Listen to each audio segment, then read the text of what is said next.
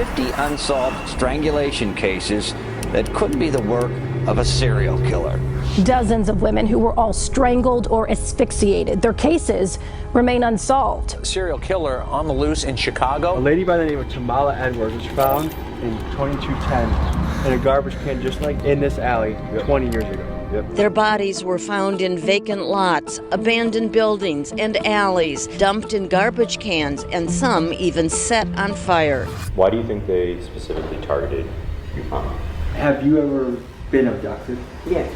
He killed so many women, he don't know how many. Is there one of these killers that you think is doing the lion's share of the killing? Yes.